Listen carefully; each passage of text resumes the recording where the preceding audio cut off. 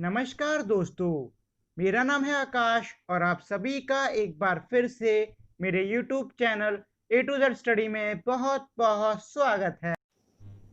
और जैसा कि आप लोग जानते हैं कि इस समय मेरे चैनल पर क्लास सेकंड इंग्लिश की पढ़ाई चल रही है और आज की क्लास में मैं आपको पढ़ाऊंगा यूनिट 5 का लेसन नंबर 2 फनी बनी। Funny Bunny. One day a nut fell on Funny Bunny. Ouch! The sky is going to fall, said Funny Bunny. I must tell the king. इसका मतलब ये है कि एक दिन की बात है, फनी बनी पर एक अखरोट आकर गिरा। आउच मतलब जब आपको दर्द नहीं होता है, कहीं पे कोई चीज लगती है तब हम बोलते हैं आउच। वैसे ये भी बोला है आउच, जो आसमान है वो गिरने वाला है, फनी बनी ने कहा। और उसने फिर बोला कि मुझे ये बात राजा को जाकर जरूर बतानी चाहिए।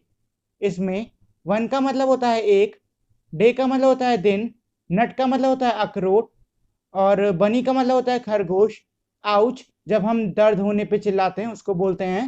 स्काई का मतलब होता है आसमान, गोइंग का मतलब होता है जाना, फॉल का मतलब होता है गिरना और सेट का मतलब होता है कहना। On the way, he met Henny Penny. The sky is going to fall, said Funny Bunny. I am going to tell the king. I will come too, said Henny Penny.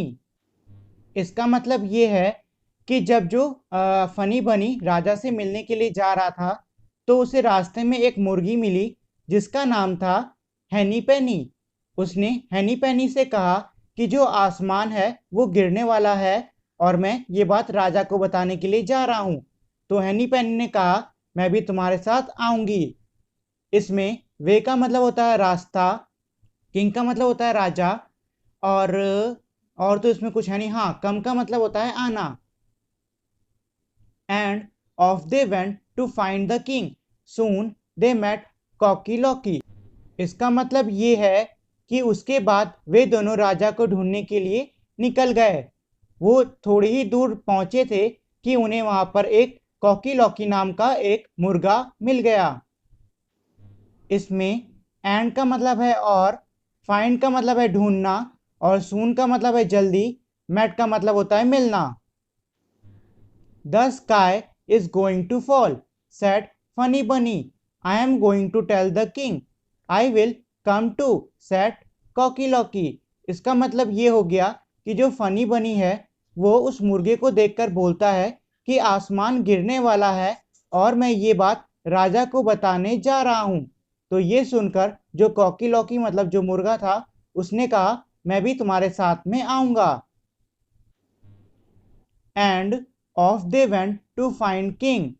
On the way, they met Lucky Ducky. The sky is going to fall, said Funny Bunny. I am going to tell the king. इसका मतलब ये है कि ये कहने के मतलब मुर्गा का ये कहने के बाद कि वो भी साथ में आएगा, वो सभी लोग रास्ते पे चल पड़े, मतलब राजा को ढूंढने के लिए चल पड़े। उनको रास्ते में एक डक मिला जिसका नाम था लकी डकी, मतलब एक बत्तख मिली जिसका नाम था लकी डकी। उस बत्तख को देख के फनी बनी ने कहा कि आसमान गिरने वाला है और मैं ये बात जाके राजा को बताने वाला हूं। I will come too, said Lucky Ducky, and off they went to find the king. On the way, they met Pussy Goosey. The sky is going to fall, said Funny Bunny. I am going to tell the king. I will come too, said Pussy Goosey, and off they went to find the king. On the way, they met Foxy Woxy.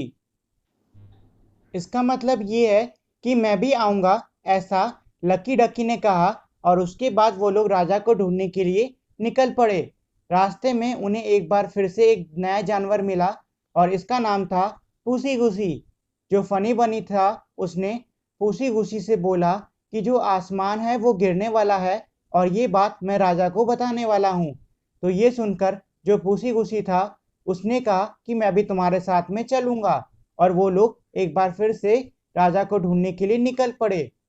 थोड़ी दूर पर उन्हें रास्ते में एक Woxy Foxy मिला। The sky is going to fall, they all said. We are going to tell the king lives here, said Woxy Foxy follow me, and that was the end of Funny Bunny, Honey Penny, Cocky Locky, Lucky Ducky and Pussy कुसी।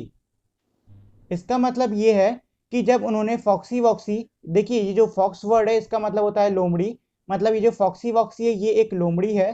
तो वही कह रहे हैं कि इन्हें रास्ते में एक लोमड़ी मिली जिसका नाम था फॉक्सी वॉक्सी। उन सभी ने एक साथ उस फॉक्सी वॉक्सी से बोला कि जो आसमान है वो गिरने वाला है और ये बात हम लोग राजा को बताने के लिए जा रहे हैं। तो फॉक्सी वॉक्सी ने ये सुनकर ये कहा कि मेरे साथ आओ, मुझे पता है राजा कहाँ पर रहते हैं। और उसके बाद से funny Bunny, Honey Penny, Cocky Locky, Lucky डकी और पूसी वुक्सी कभी भी कहीं पर भी नहीं दिखाई दिए। मतलब जो फॉक्सी वॉक्सी यानी कि जो लोमड़ी थी उसने उन सबको बुद्धू बना के अपने साथ लेके गया और फिर उन सबको खा गया। तो ये तो थी हमारे इस चैप्टर की मीनिंग। आइए अब इस चैप्टर में कुछ क्वेश्चंस भी हैं, हम उनको भी कर लेते हैं। Reading is fun. One day, तो आपको बताना है कि एक दिन फनी बनी के ऊपर क्या गिरा था, अखरोट या आसमान। अखरोट गिरा था तो हम नट पे टिक लगा देंगे, फेल ऑन फनी बनी। दूसरा है फनी बनी वांटेड टू टेल, जो फनी बनी था वो किसको बताना चाहता था, मुर्गे को, आसमान को या फिर राजा को। वो राजा को बताना चाहता था तो यहाँ हम लिख देंगे राजा को, मतलब the king, what he saw. अगला है who said these words in the story, मतलब कहानी में ये शब्द किसने कहे। पहला है ouch the sky is falling down, मतलब आउच जो आसमान है वो गिरने वाला है। तो ये बात हमारे फनी बनी ने कही थी। दूसरा है I must tell the king, ये बात भी हमारे फनी बनी ने कही थी। तीसरा है द किंग लिव्स हेयर, ये बात वॉक्सी फॉक्सी ने कही थी और यही बात कहकर वो उन सबको अपनी मतलब जहां पर भी उसको ले जाना था वहां पर ले गया था। फॉलो मी, ये बात भी वॉक्सी फॉक्सी ने ही कही थी। अगला क्वेश्चन है what happened to all the animals in the end, इसका मतलब ये है कि वो सारे जो जानवर थे उन सभी के साथ में अंत में क्या हुआ। फॉक्सी वॉक्सी एट देम ऑल, इसका मतलब ये है कि जो वॉक्सी फॉक्सी थी उसने उन सबको खा लिया। अगला है इसमें से अलाउड, मतलब तेजी से बोलो। तो पहला वर्ड है हमारा आउच, आउच जब हम चोट लगती है तब बोलते हैं।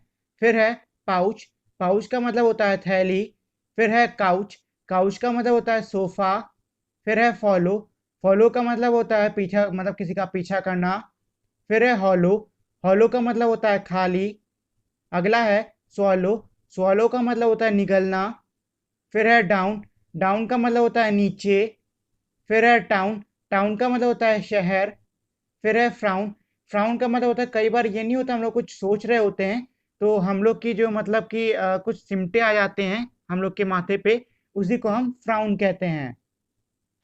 अगला है ब्रे, ब्रे का मतलब होता है चूर करना। अगला है क्ले, क्ले का मतलब होता है मुल्तानी मिट्टी। अगला है स्वे, स्वे का मतलब होता है हिलना। अगला है let's write circle the odd one out. अब इसमें ये कह रहा है कि नीचे जो शब्द दिए हुए हैं आपको बताना है इनमें से कौन सा अलग है। जैसे कि पहले वाले लाइन में हमारे वर्ड हैं बन, सन, फन, गन, वन। अब देखिए बन में क्या था यूएन, सन में यूएन, फन में यूएन और गन में भी यूएन। और साथ ही में ये सारे वर्ड आपस में राइम भी कर रहे हैं, लेकिन जो वर्ड है उसकी स्पेलिंग एकदम अलग है। इसी तरीके से उसके नीचे है बैड, फैट, लैड, सैड और रेड। अब देखिए इसमें सैड वर्ड हमारा अलग है। उसके बाद है ही, मी, बी, टी, वी। अब देखिए इसमें हमारा टी वर्ड अलग है। और आखिरी वाले में वे, से, हे, पे, दे। अब आपको बताना होगा कि इसमें से कौन सा वर्ड डिफरेंट है। अगला क्वेश्चन है find the opposite of the given words and make sentences. इसका मतलब ये हो गया कि नीचे दिए हुए शब्दों का अपोजिट यानी कि विपरीत बताइए और फिर उन्हीं शब्दों से आपको कुछ वाक्य बनाने होंगे। जैसे कि हमारा पहला वर्ड था फैट, फैट का उल्टा होता है थिन, थिन का मतलब पतला। अब हमें इससे वाक्य बनाना है, मतलब सेंटेंस बनाना है। तो वो मैंने बना दिया है यू आर वेरी थिन, मतलब आप बहुत पतले हो। अगला है फॉल। फॉल का मतलब होता है गिरना। ये आपको खुद से करना होगा। अगला है स्टार्ट। स्टार्ट का मतलब होता है शुरू करना, और इसका उल्टा होगा स्टॉप। स्टॉप का मतलब होता है रुकना। इसका सेंटेंस होगा यू शुड स्टॉप ईटिंग, मतलब तुम्हें खाना बंद कर देना चाहिए। उसके बाद अगला वर्ड है कम। कम को भी आपको खुद से ही करना होगा। फिर अगला है बिग। बिग का उल्टा होता है स्मॉल, और इसका सेंटेंस बनेगा I have a small toy, मतलब मेरे पास एक छोटा सा खिलौना है। अगला क्वेश्चन है fill in the blanks with correct words, मतलब नीचे जो रिक्त स्थान है, मतलब जो खाली जगह है, उनमें सही शब्दों से भरिए। I read A funny story of Funny बनी, मतलब ये है कि मैंने एक मतलब मज़ेदार कहानी सुनी फनी बनी की। वन डे ए नेट। अब आपको बताना है कि यहाँ पे हम जो खाली जगह है यहाँ पे क्या लिखेंगे, फेल की फॉल। फेल का मतलब होता है गिरना, और फॉल का मतलब भी होता है गिरना। फर्क बस इतना है कि हम फेल छोटी चीजों के लिए कहते हैं और फॉल हम लोग बड़ी चीजों के लिए कहते हैं। तो हम यहाँ लिखेंगे fell. Fell on his head. He thought that the sky was. अब आपको बताना है इसमें क्या भरना है, इज या वॉस। इसका मतलब होता है, और वॉस का मतलब था। तो फनी बनी को क्या लगा था कि आसमान गिर रहा है, ना कि फनी बनी को लग रहा है कि आसमान गिर रहा है। तो यहाँ हम लिखेंगे वॉस, क्योंकि ये हमारा भूतकाल में हो चुका है, मतलब ये पहले हो चुका है। So he went to the king. अब हम इसमें लिखेंगे वेंट। उसके बाद होगा on the way he met different animals, all of them joined. यहाँ पे हम ईडी लगाएंगे जॉइंट, क्योंकि ये घटना हो चुकी है। Joined him at last they meet की मैट। तो वो लोग मिले थे, मतलब वो लोग मैट किए थे, ना कि मीट। मैट एक क्लेवर फॉक्स, मतलब एक चतुर इनको लोमड़ी मिली। It took them to a forest and. उसके बाद मतलब वो उन्हें एक जंगल में ले गई, और फिर एट देम ऑल, मतलब उसने उन सबको खा लिया। अब देखिए ईट का मतलब भी होता है खाना, एट का मतलब होता है खाना। एट का मतलब हम वर्ब के दूसरे फॉर्म में इस्तेमाल करते हैं। अब मुझे पता है, ये सोच मतलब ये सुनकर आप में से काफी लोग सोच रहे हो कि वर्ब क्या है, तो वो मैं आपको आगे चल के पढ़ा दूंगा, तो उसमें आपको टेंशन लेने की जरूरत नहीं है। अगला क्वेश्चन है rearrange these words to form sentences, मतलब नीचे दिए हुए शब्दों को इस तरीके से लगाइए कि वो एक सही वाक्य बना दे। जैसे कि हमारा पहला है ऑन फनी बनी फेल ए नट वन डे, मतलब आपको इन शब्दों को ऐसे लगाना होगा कि ये हमारा एक सही वाक्य लगा दे, मतलब बना दे। तो ये मैंने इनको लगा दिया है। One day A net fell on funny बनी, मतलब एक दिन एक अखरोट फनी बनी पर गिला।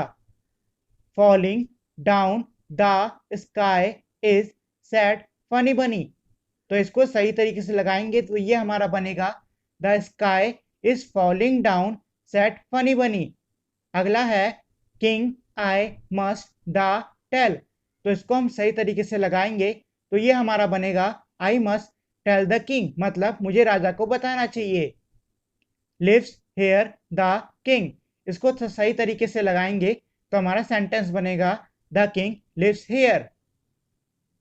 अगला क्वेश्चन है change only one letter of each words and make another rhyming words. इसका मतलब ये है कि नीचे दिए हुए शब्दों में से सिर्फ एक शब्द को, मतलब एक अक्षर को बदलिए, और फिर उनको एक मेल जोल खाते हुए शब्द में बदल दीजिए। मतलब आपको कोई भी एक अक्षर बदलना है, और उस अक्षर को ऐसे बदलना है कि जो हमारा शब्द है वो एक मेल जोल वाला, मतलब उससे मिलता जुलता एक शब्द बन जाए।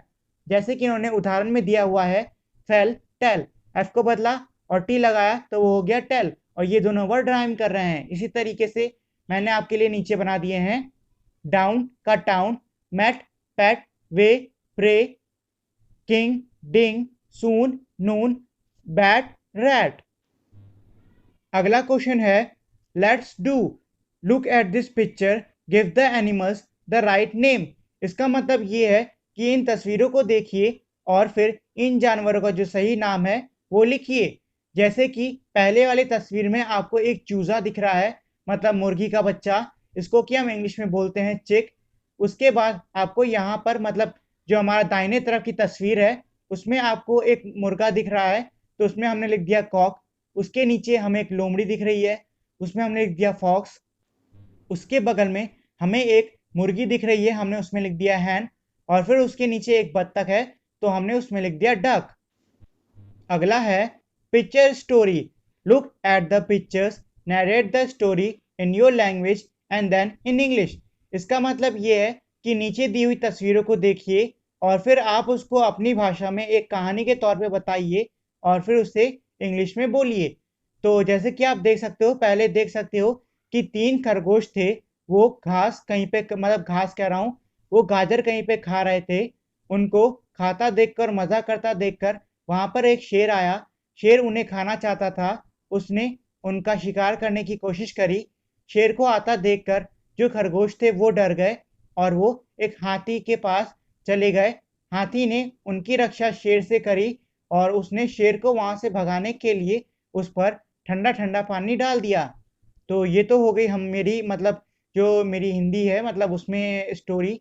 अगर आपकी कोई और लोकल भाषा हो तो आप उसमें भी इसको बोल सकते हो। और इसका इंग्लिश में ट्रांसलेशन होगा once there was 3 little rabbits, मतलब एक बार की बात है 3 छोटे खरगोश थे। दे वर ईटिंग कैरट्स, मतलब वो तीनों हमारी गाजर खा रहे थे। Suddenly a tiger attacked them, मतलब एकदम से उन पर एक शेर ने मतलब एक चीते ने हमला कर दिया। The three rabbits ran to an elephant, मतलब जो तीनों खरगोश थे वो एक हाथी के पास भाग गए। द एलिफेंट हेल्प देम, जो एलिफेंट था उसने उनकी सहायता करी। He throws he throws water, the हटा देना, वो था मेरे मतलब मुंह से गलती से निकल गया था। He throws water on the tiger, मतलब उसने जो चीता था उस पर पानी फेंका। और इसी के साथ में हमारी आज की क्लास यहीं पे ख़त्म होती है। आप सभी का मेरे इस वीडियो को देखने के लिए बहुत बहुत धन्यवाद। अगर आपको ये वीडियो अच्छी लगी हो तो प्लीज़ मेरी इस वीडियो को लाइक करें, शेयर करें और मेरे चैनल को सब्सक्राइब करना ना भूलें। मिलते हैं हम अब अगली वीडियो में, तब तक के लिए नमस्कार।